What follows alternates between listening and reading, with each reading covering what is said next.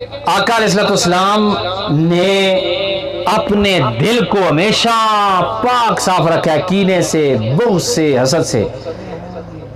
آپ میں سے کوئی بندہ ایسا نہیں ہوگا، ویسے میں اگر آپ کے ساتھ ایک تھوڑی سی محبت والی بات کروں، سارے لوگ گھروں میں رہتے ہیں، غاروں میں تو کوئی نہیں رہتا نا، گھروں میں رہتے ہیں نا۔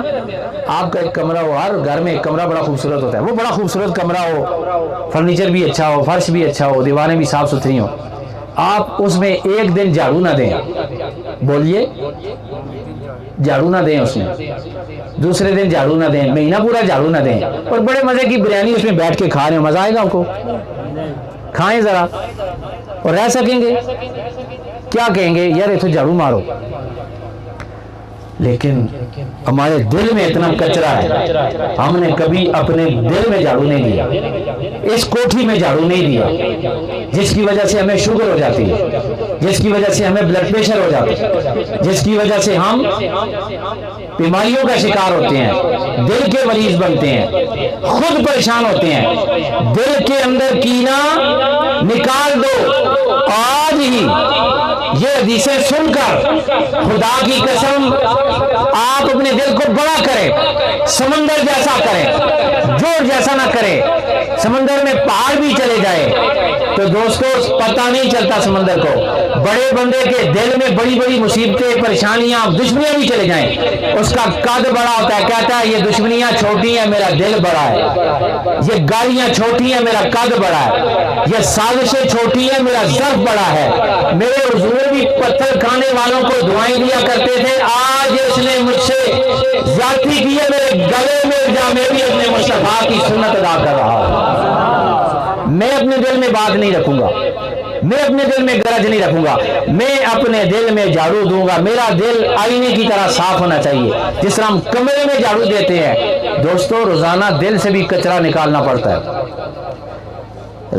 رمضان المبارک میں جو لیلۃ القدر آتی ہے اس میں پتہ ہے نا کتنے لوگوں کی بخشش ہوتی ہے، لیکن 4 بندوں کی بخشش اس میں بھی نہیں ہوتی۔ جیسے لیلۃ القدر نصیب ہو جائے اس رات بھی بندوں کی بخشش نہیں ہوتی، کتنوں کی جی؟ اے بولو نا، تسی سارے بولو، 4 بندوں کی بخشش نہیں ہوتی۔ اب گننا آپ نے، نمبر 1 مشرک کی، کس کی؟ نمبر 2 ماں باپ کے نافرمان کی، بولو۔ نمبر 3 عادی شرابی کی۔ نمبر 4 کس کی؟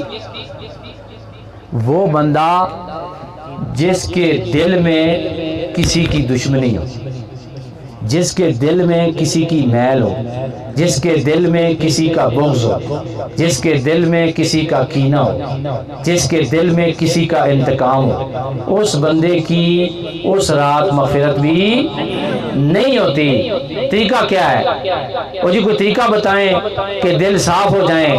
حضور نے فرمایا آپس میں ہاتھ ملایا کرو، رب تمہارے دلوں کو صاف فرما دے۔ آپس میں گلے ملا کرو، رب تمہارے سینوں کو قدورتوں سے پاک فرما دے، پاک فرما دے گا۔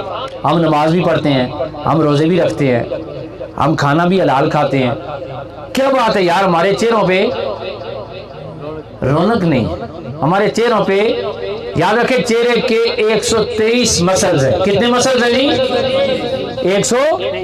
کئی لوگ ہوتے ہیں پاکستان بننے سے پہلے مسکرائے ہوتے ہیں، اس کے بعد ان کو مسکرانا نصیب۔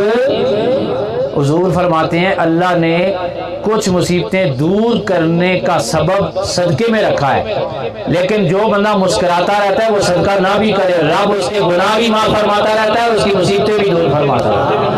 ایک دفعہ مسکرائے ذرا سارے۔ آپ کے 123 مسلز اس وقت ورکنگ کرتے ہیں میرے دوستو جب آپ مسکراتے ہیں۔